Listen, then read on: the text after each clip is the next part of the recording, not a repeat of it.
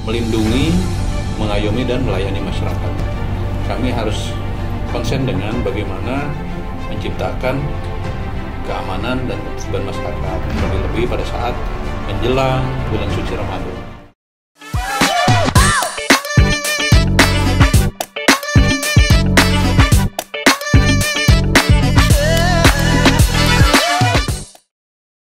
Assalamualaikum warahmatullahi wabarakatuh. Kembali di acara FYI for your information. Nah, hari ini di studio sudah hadir Bapak Polisi yang ganteng, Pak Syahroni. Selamat siang Bapak. Selamat siang, Sampurasun. Jawabannya apa? Rampes ya. Takut salah saya sebenarnya. Oke, buat Brosis Metro, Bapak Syahroni ini adalah Kasat Binmas ya Pak ya, Kasat Binmas Bapak Kompol Syahroni. Beliau itu yang menangani ketertiban yang ada di masyarakat ya Pak ya. Nah, kita akan bertanya-tanya tentang bagaimana sih tentang ketertiban masyarakat, apalagi sebentar lagi kita mau masuk bulan puasa nih Pak. Biasanya kan kalau mau puasa itu suka ada aja gitu ya Pak, entah itu yang tawurannya pelajar seperti yang kemarin, yang belakangan ini kan udah marak banget tuh Pak, tawuran-tawuran sampai terjadi kasus tewas begitu ya. Nah, untuk di Bogor, Kota Bogor sendiri nih Pak, boleh dikasih tahu nggak titik-titik rawannya mana aja sih untuk di Kota Bogor yang rawan Kamtibmas, gangguan Kamtibmas begitu ya? Baik. Assalamualaikum warahmatullahi wabarakatuh. Waalaikumsalam. Terima kasih ini atas kesempatannya dan kepercayaannya kepada kami. Kami mewakili pimpinan dan institusi dari Polresta Bogor Kota. Nah, kemudian kami ingin menjelaskan terlebih dahulu apa sih sebenarnya tugas dan peranan kepolisian. Oke, baik. Sebelum kita menjawab tentang titik-titik rawan di mana aja. Yeah. Nah, mungkin di sini kami sampaikan bahwa tugas dan peranan kepolisian itu diantaranya pertama Kamtibmas, pemeliharaan, keamanan dan ketertiban masyarakat. Yang kedua, melindungi, mengayomi dan melayani masyarakat. Yang ketiga, melaksanakan penegakan hukum. Nah, terkait dengan poin yang pertama, itu merupakan bagian daripada diminta ataupun tidak diminta.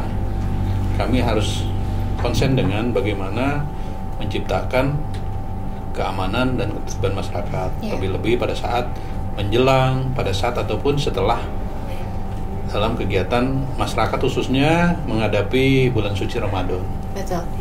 Nah, terkait dengan pengalaman dari beberapa waktu ke belakang, memang kalau untuk gangguan Kamtibmas yang sifatnya konvensional, dari mulai pencurian, penipuan dan yang lain sebagainya, hampir identik di saat-saat menjelang bulan puasa, pada saat awal-awal bulan puasa. Nah, kalau misalkan sudah menjelang Lebaran, biasanya bukan lagi ke situ, tapi bergeser kepada masalah Kamseltibcarlantas. Kamseltibcarlantas, apa tuh Pak panjangannya? Keamanan tentang ketertiban di jalanan raya, ya, yang berkaitan dengan kemacetan, kepadatan. Karena apa? Biasanya 10 hari menjelang Idul Fitri itu ya fenomena bukan ini ya, budaya-budaya belanja masyarakat itu kan itu meningkat. Nah, di situ juga kami harus hadir. Karena apa? Jangan sampai masyarakat yang belanja jadi sasaran daripada para pelaku kriminal. Minimal ya mungkin tangan-tangan panjang ya, maksudnya copet dan yang lain sebagainya, terutama di pusat-pusat perbelanjaan. Nah, kemudian di jalan umum kan pasti sudah mempersiapkan pos-pos pelayanan yang didekatkan. Itu kan pos polisi misalnya didekatkan, dan itu sudah naik kepada pelaksanaan operasi. Mungkin teman-teman dari PS biasanya tahu ya bahwa nanti akan ada operasi ketupat, biasanya hanya sandinya seperti itu, tapi sebenarnya operasi kemanusiaan yang didekatkan dengan simpul-simpul kehidupan masyarakat. Mungkin Iya, yang tadinya biasanya nggak kelihatan, jadi kalau mendekati Lebaran itu langsung dilihatkan posnya begitu. Betul. Ya Pak ya? Betul. Nah, salah satu di antaranya tujuannya paling tidak pertama memberikan rasa aman kepada masyarakat dengan hadirnya petugas yang terbuka di tempat yang dekat, minimal mungkin seperti itu. Yang kedua, bagi para pelaku pun mudah-mudahan menjadi semacam ya Segan efek deterren ya. Kalau ada petugas mungkin dia mengurunkan niatnya, walaupun itu tidak menjadikan satu jaminan 100%. Iya, benar. Nah, kemudian terkait dengan titik-titik rawan, terutama tren yang mungkin diprediksi biasa terjadi pada saat menjelang, pada saat perjalanan pelaksanaan ibadah puasa ataupun yang lainnya, memang polisi pasti udah memprediksi. Iya. Baik itu berdasarkan pengalaman 1 tahun sebelumnya, atau mungkin tren kemungkinan yang akan terjadi memang sesuai dengan kehidupan di masyarakat. Begitu. Oke, baik. Kalau misalkan bulan puasa itu kan tadi kan salah satu poinnya polisi itu kan memelihara ketertiban dan keamanan. Nah, ini biasanya sasarannya sendiri untuk ketertiban dan keamanan itu kan kalau misalkan di bidang sosial itu ada yang namanya PMKS ya. Yang masuk dalam kategori PMKS. Apakah itu juga bagian dari orang-orang yang disasar oleh polisi begitu? Untuk pencegahan pencegahan gangguan keamanannya, Pak? Kalau boleh mungkin dijelaskan PMKS panjangannya. Penyandang masalah sosial. Jadi kayak misalkan PSK, kemudian anak-anak jalanan, kan juga itu kan juga menjadi gangguan ketertiban keamanan ketika mereka melakukan kriminal begitu ya. Iya. Nah, ini gimana dari bagian Kamtipmas sendiri melihatnya? Nah, mungkin hal ini sebagai informasi baru ya bagi kami, dan ini juga merupakan bagian daripada objek yang mungkin harus kami jadikan sebagai bagian daripada sasaran tugas kami. Tapi yang paling terpenting itu adalah informasi-informasi terkait dengan akurasi dari masyarakat. Salah satu contoh misalkan tradisi pada saat perjalanan bulan puasa itu di tempat misalkan mungkin tempat ibadah. Nah, di tempat ibadah pun sama, kami antisipasi terkait dengan kejahatan-kejahatan konvensional. Karena apa? Para pelaku itu tidak pernah melihat bahwa apakah itu tempat ibadah, terlebih tempat umum dan yang lain sebagainya. Kalau niatnya mereka akan berbuat, kesempatan ada pasti diperbuat. Oleh karena itu, pada saat perjalanan bulan puasa itu bukan berarti bulan-bulan yang lain itu tidak diprioritaskan, tapi kecenderungannya nanti akan mengikuti kepada tren kegiatan masyarakat. Nah, dampak daripada perjalanan kegiatan ini setahu saya misalkan pertama terkait dengan tradisi ya, tapi tradisi itu tidak menjadikan satu kebiasaan yang permanen sebenarnya. Kayak mungkin di strata kehidupan anak-anak yang usia remaja sebenarnya masih positif, tapi kemungkinan untuk saat sekarang itu harus kita pertimbangkan, kayak sahur on the road. Ya, itu gimana nih Pak, di sahur on the road ini di Kota Bogor bagaimana nanti? Mungkin Brosis Metro juga perlu tahu gitu ya, karena sebentar lagi minggu depan kita udah puasa ya. Mungkin kami menghimbau, dan biasanya dari pemerintah kota akan menyampaikan himbauan juga. Ya, kalau kami boleh menyampaikan himbauannya, ya seyogianya dipertimbangkan oleh anak-anak itu untuk melaksanakan sahur on the road. Karena apa? Di saat sekarang mungkin dari kegiatan sahur on the road-nya itu sendiri bukan satu kegiatan yang negatif kalau itu tepat sasaran dan tepat waktu. Tapi begitu misalkan di kondisi saat sekarang seperti fenomena yang ada saat sekarang seperti ini, itu harus kita imbau untuk tidak dilakukan. Lebih bagus beribadah itu di tempat ibadah yang sebenarnya aja. Oke. Berarti dilarang apa gimana nih untuk sahur on the road? Kami tidak menyatakan melarang karena bukan kapasitas untuk melarang. Baik. Tapi kami sudah menyampaikan saran, masukan dalam pertemuan-pertemuan yang formal, mungkin melalui pimpinan juga. Nah, seyogianya memang nanti ada himbauan atau mungkin larangan itu nanti dari pemerintah tingkat daerah, ya. Karena apa? Mempertimbangkan dengan fenomena kemungkinan antara manfaat dan mudorot itu kecenderungannya lebih banyak yang mana. Kalau memang kecenderungannya lebih banyak mudorotnya, berarti kan harus kita pertimbangkan. Baik. Kalau nuansa ibadah, lebih bagus fokus di tempat ibadah yang sebenarnya. Iya. Nah, ini Pak, berkaca sama tahun lalu, itu kan ada yang namanya tradisi perang sarung. Ya, mungkin Brosis Metro juga udah sering banget tuh dengar ada yang namanya Rojali. Rojali itu apa? Rombongan jamaah rombongan jemaah liar, entah dia yang nyetopin truk gitu ya, entah dia yang tiba-tiba dia bawa sarung mungkin abis tarawih tapi pulangnya tiba-tiba gitu, terjadi sesuatu begitu. Ini gimana ini dari polisi menyikapi tradisi perang sarung yang biasanya muncul di bulan puasa? Apa memang di titik-titik tertentu sudah ada petugas sebenarnya yang sebenarnya mengintai atau gimana sih sebenarnya? Diharapkan jauh sebelumnya, mungkin karena di polisi kan ada upaya preemptif ya. Iya. Upaya preemptif itu cegah dini melalui pola-pola edukasi, melalui pola-pola sosialisasi. Yang kedua, pola-pola preventif, menghadirkan petugas bekerja sama dengan potensi masyarakat. Nah itu ya, tidak harus petugas kepolisian. Iya. Mungkin satpam, mungkin juga keamanan masjid. Yang paling memungkinkan orang tua. Iya. Gitu ya. Karena yang melakukan kegiatan itu biasanya di usia-usia ya masih remaja gitu ya. Kalau misalkan aki-aki perang sarung atau aki-akinya yang kurang gaul berarti kan. Ya. Nah, itu ya.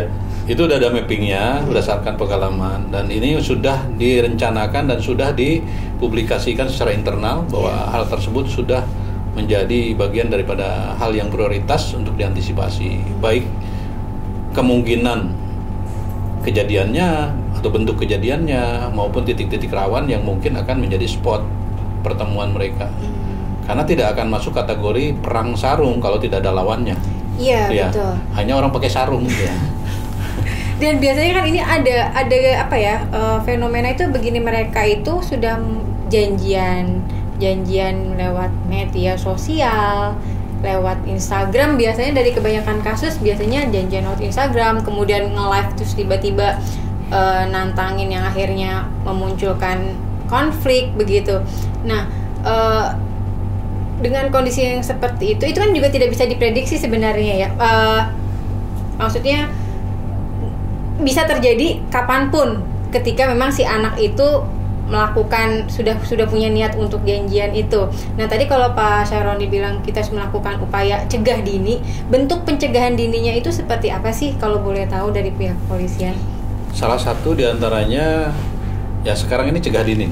Ya. Cegah dini, mudah-mudahan para pemirsa ataupun para netizen ya apa yang kami sampaikan ini bisa dipahami dan dimengerti serta nanti bisa diterapkan dalam skala kelompok kecil, misalnya dalam keluarga yang memiliki putra-putri di usia itu yang kemungkinan akan terpengaruh dengan hal-hal yang kami sampaikan tadi. Berarti kan harus disampaikan kepada mereka bahwa itu jangan sampai terjadi kepada mereka, sehingga paling tidak kami bisa meminimalisir kemungkinan kerawanan di bidang tersebut. Kayak contoh tadi yang mengkultuskan definisi Rojali atau singkatan Rojali itu bukan dari kami. Masyarakat yang berkembang istilah-istilah. Sehingga kami tahu Rojali. Nah, berbicara Rojali bukan hanya pada saat bulan puasa. Betul. Itu ya, bahkan beberapa bulan bahkan tahun ke belakang itu menjadi bagian daripada sempalan fenomena kegiatan anak-anak yang di usianya. Nah, ada dua macam di situ. Ada pertama, terkadang juga memang mereka membuat konten, iya, sehingga seolah-olah itu keren gitu ya. Keren bagi mereka, padahal itu beresiko, itu ya. Yang kedua, memang akan menjadikan permasalahan tersebut menjadi permasalahan sosial, bahkan sampai mungkin kepada beresiko pada pelanggaran hukum. Salah satu contoh, nyetop kendaraan yang sedang dikemudikan dalam kondisi berat, misalnya angkutan. Yeah.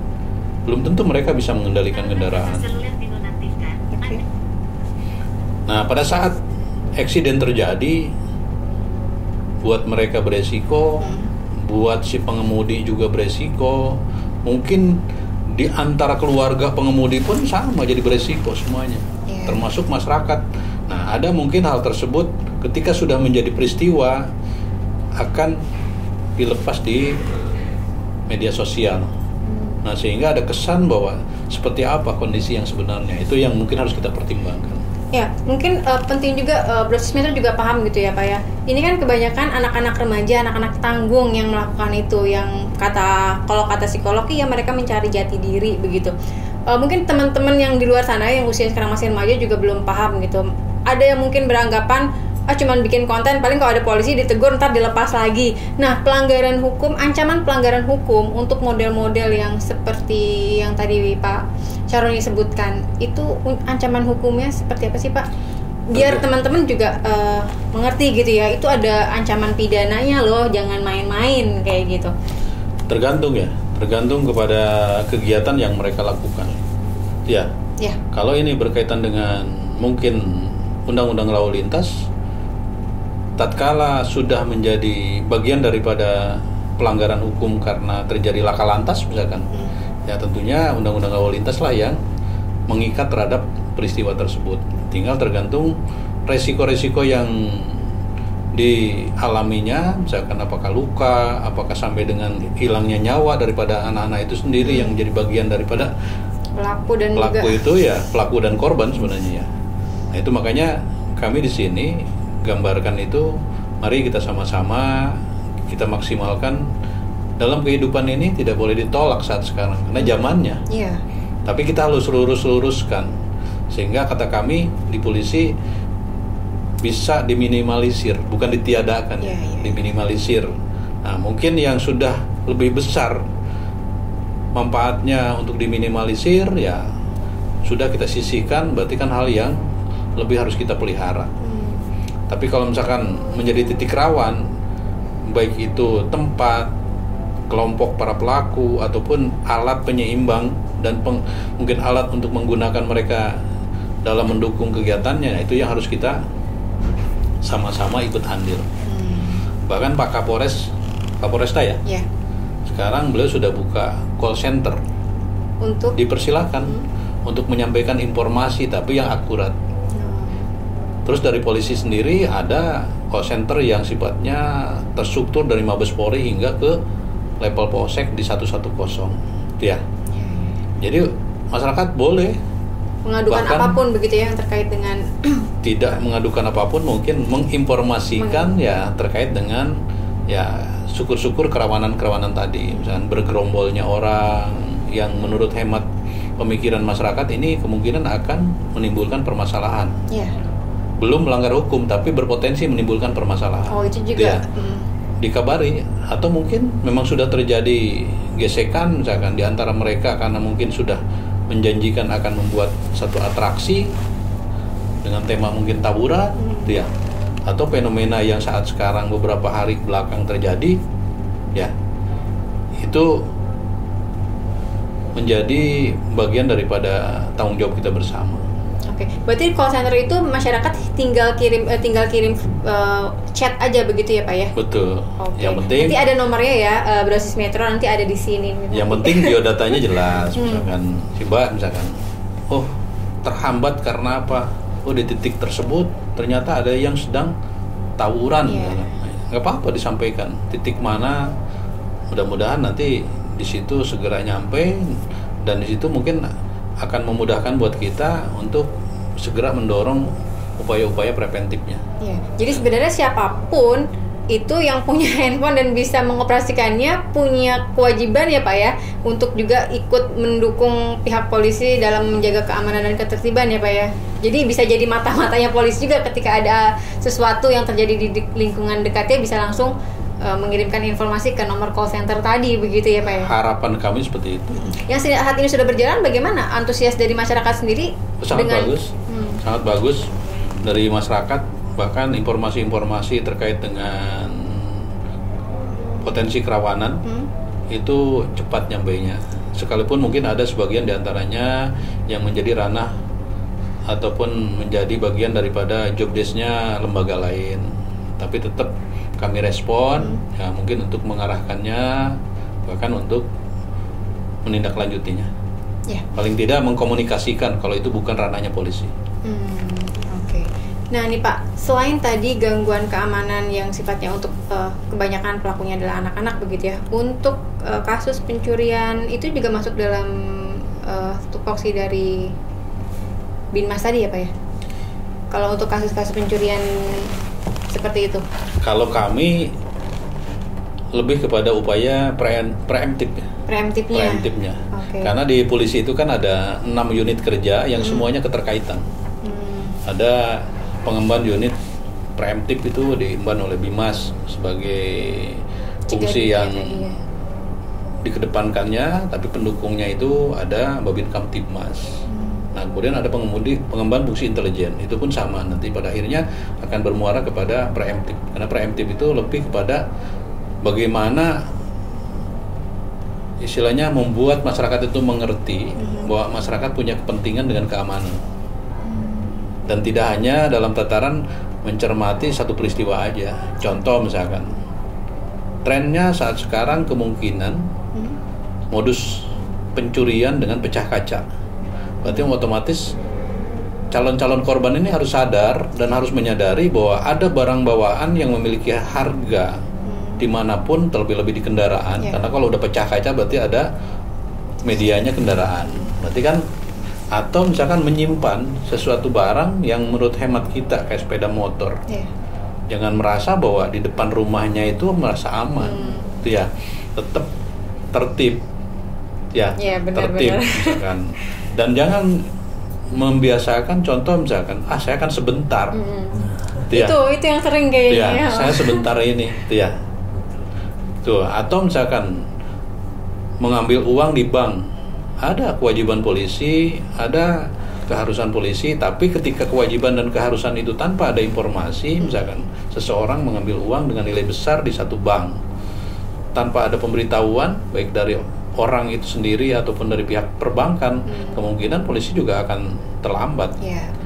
Nah, para pelaku kejahatan, terutama kejahatan-kejahatan yang berhubungan dengan kejahatan kekerasan, misalkan 365 ya, itu pasti akan ngincar sasarannya dengan pola yang terstruktur, dan tidak saat itu. Mungkin mereka sudah mempelajari, bahkan mereka sudah membuat pola-pola yang lebih memudahkan buat mereka untuk dijadikan alasan. Contoh misalnya pecah ban, orang dikategorikan sebagai modus pecah ban. Karena apa? Ternyata bannya ditusuk terlebih dahulu mungkin dengan cara-cara mereka ya, maksudnya bukan ketusuk dulu. Nah, pada saat posisi itu orang akan terhipnotis dengan kebaikan, padahal bukan kebaikan, yang ada adalah kurang baikan. Udah di skenario-nya. Kami bisa bicara karena kami sudah pernah menangani permasalahan itu dan menemukan bahkan ya metode-metode yang menjadi modus operandi mereka. Oke, Pak, kan setiap wilayah itu ada Babin Kamtibmasnya juga ya, Pak ya? Nah, ini biasanya kalau bulan puasa ini apa yang selalu ditekankan kepada personil-personil Babin Kamtibmas yang ada di setiap wilayah gitu? Yang ditekankan yaitu pertama sosialisasi tentang Harkamtibmas, yang kedua sosialisasi tentang mapping kemungkinan kerawanan, mapping kemungkinan kerawanan. Ya tadi yang sebutkan diantaranya ya, sehingga Babin Kamtibmas itu nanti bisa memberikan support ke lingkungannya dan mereka bisa menerima feedback informasi yang mungkin mereka akan lakukan. Karena kalau Babin Kamtibmas itu merupakan representasi dari pengemban pelaksana tugas di 6 fungsi di Polres. Jadi mereka itu Superman sebenarnya. Tapi ya itu keharusannya seperti itu. Misalkan ada peristiwa, mereka minimal datang ke TKP. Contoh sekarang peristiwa bencana alam aja Babin Kamtibmas paling sibuk. Yang ada pertama gitu ya. Itu Babin Kamtibmas itu ada 3 pilar kan, Babin Kamtibmas, Babinsa dengan lurah ya. Tapi kalau terkait dengan urusan menyangkut masalah penegakan hukum, pasti yang menjadi cucuknya adalah profesi kepolisian. Oke. Nah, satu lagi nih Pak, soal siskamling ya. Ini kan sesuatu yang dulunya itu membudaya selalu, yang namanya siskamling itu selalu reguler gitu tanpa diminta, udah jadi kesadaran masyarakat sendiri untuk melakukan siskamling. Belakangan ini kan berat begitu, yang namanya siskamling ada jadwalnya tapi ternyata kosong, orangnya tidak ada gitu. Mungkin ada gimana polisi menyikapi masalah siskamling itu, antara wajib dan enggak sebenarnya ya Pak ya? Ini kalau berbicara siskamling kebetulan adanya di ranah jobdesknya kami. Nah ini sebenarnya terima kasih, ini udah diingatkan, bahkan kami juga sudah menjadi keharusan. Karena siskamling itu merupakan bagian daripada kesadaran, representasi daripada kesadaran yang dikelola oleh lingkungan sehingga memunculkan kebersamaan. Ya, betul. Targetnya aman sama, itu ya. Nah, tradisi ini terkadang tergeser karena ya perkembangan situasi dan mungkin perkembangan kebiasaan.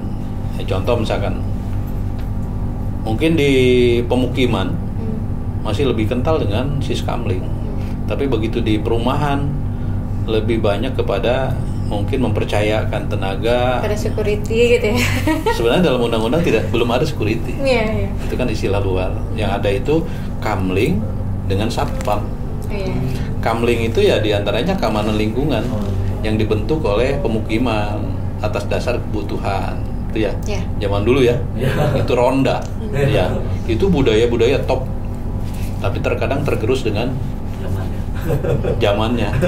Tapi ini tidak menjadikan satu kemunduran, tapi harus kita jadikan sebagai model dia ke depan. Makanya acara ini mudah-mudahan ini juga sedikit mengingat kepada minimal sebagian daripada warga masyarakat yang monitor melalui acara ini. Mungkin karena ngerasa udah ada Babin Kamtipasnya ini gitu kali ya. Jadi ngerasanya udah ada tanggung jawabnya gitu. Mungkin begitu kali ya.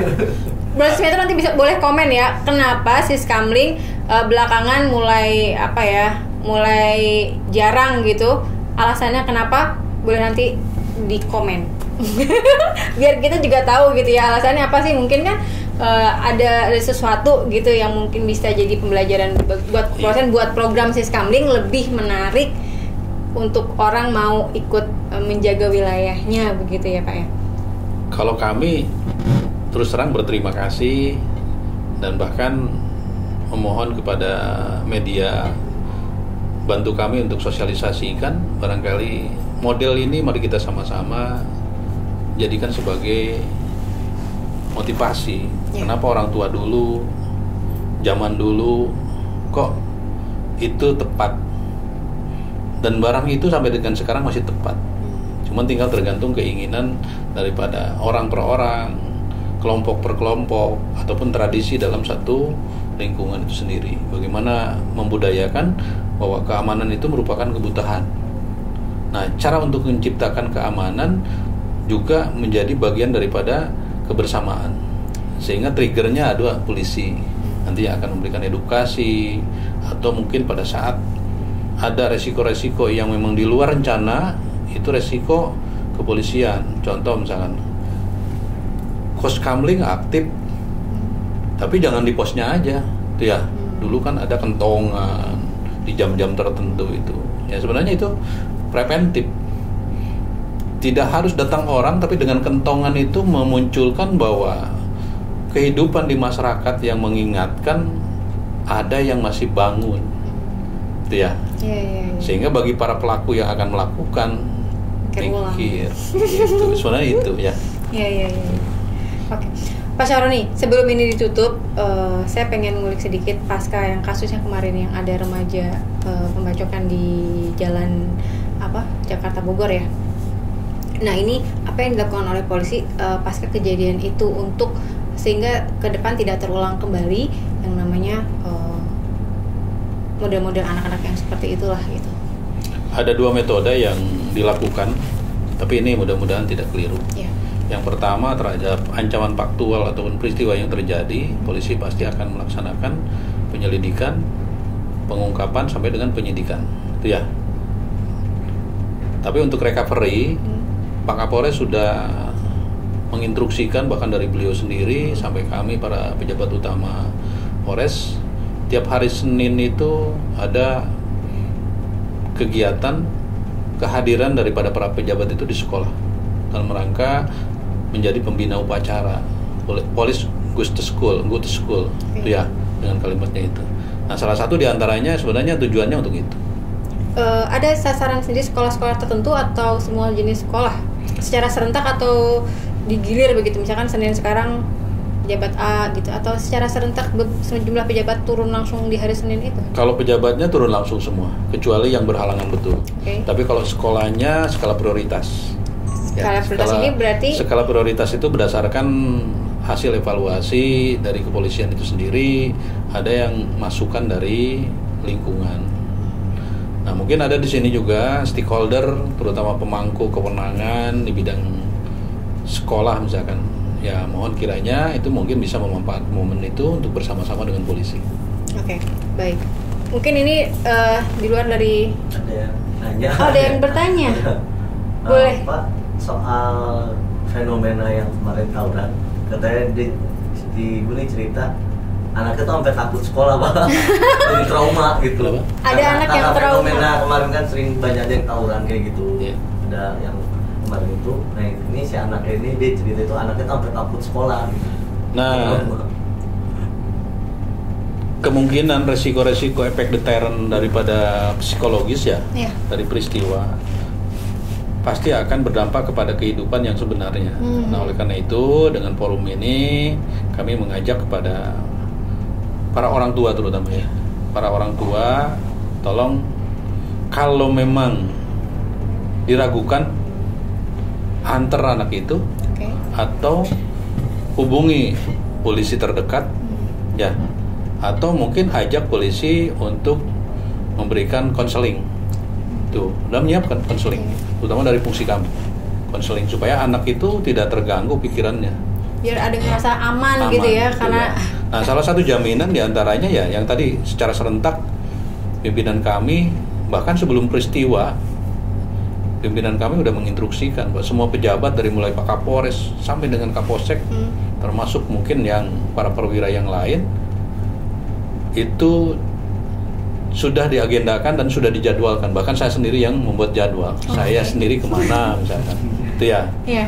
Tapi itu berdasarkan skala prioritas dan akan berkelanjutan. Bukan berarti kenapa kok minggu ini hanya ini. Memang pejabatnya hanya segitu, sedangkan jumlah sekolah sekian banyak. Iya. Pasti yang disentuh itu jangan merasa oh kenapa berarti ada tanda apa ya, tidak.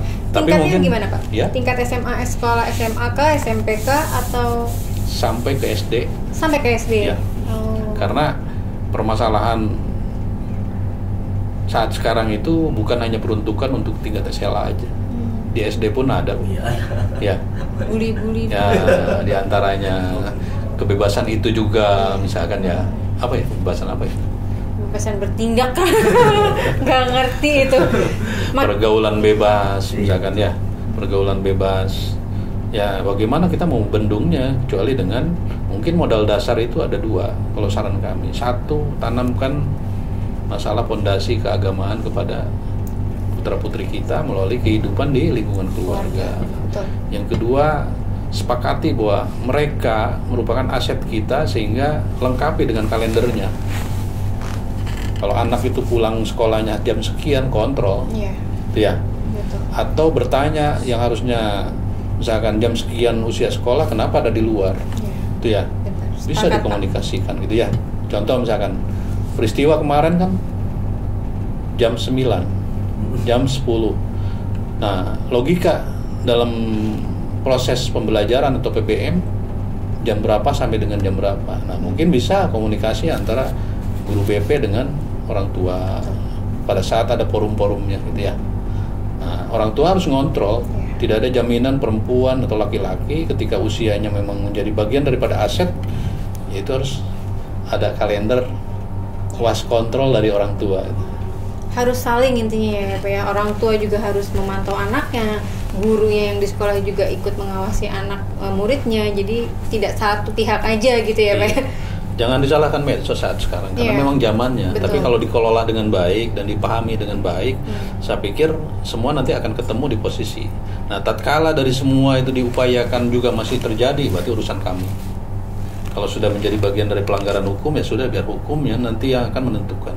Nah, model-model tawaran seperti yang kemarin terjadi itu kan apa ya? Ada yang namanya apa sih, aksi balas dendam seperti itu ya. Meredam.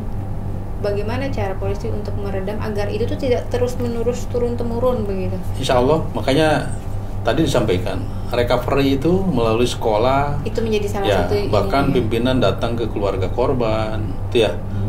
Pimpinan langsung datang ke keluarga korban, misalkan. Nah, terhadap pelaku, ya itu resiko pelaku. Nanti regulasi yang akan menentukan. Bagaimana untuk keterlibatan orang di luar dari pelaku? Misalkan itu kan mungkin di satu kasus, di kasus lain siapa tahu juga mungkin ada alumni-alumni yang menjadi provokatornya begitu. Kami tidak berandai-andai Okay. dalam hal ini. Ya, apabila dalam prosesi penegakan hukum pasti berdasarkan Hasil kajian-kajian atau minimal bukti petunjuk atau mungkin hasil analisa dan evaluasi dalam proses penanganannya. Oke. Ya, Brosis Metro itu tadi ya kita ngobrol-ngobrol tentang bagaimana cara polisi menjamin keamanan dan ketertiban yang ada khususnya di wilayah Kota Bogor. Mengenai kasus yang sempat ramai kemarin terjadi, bagi yang merasa takut atau merasa cemas, nggak usah takut lagi. Hubungi Bapak polisi terdekat maksudnya begitu ya Pak Syoroni ya. Karena polisi hadir untuk melindungi, begitu bukan Pak? Iya. Iya. Begitu. Itu tadi obrolan singkat kita di FYI bersama dengan Bapak Kasat Binmas, Bapak Kompol Syahroni. Terima kasih atas kehadirannya pada hari ini. Kita ikuti episode FYI selanjutnya dengan tema berbeda. Sampai jumpa.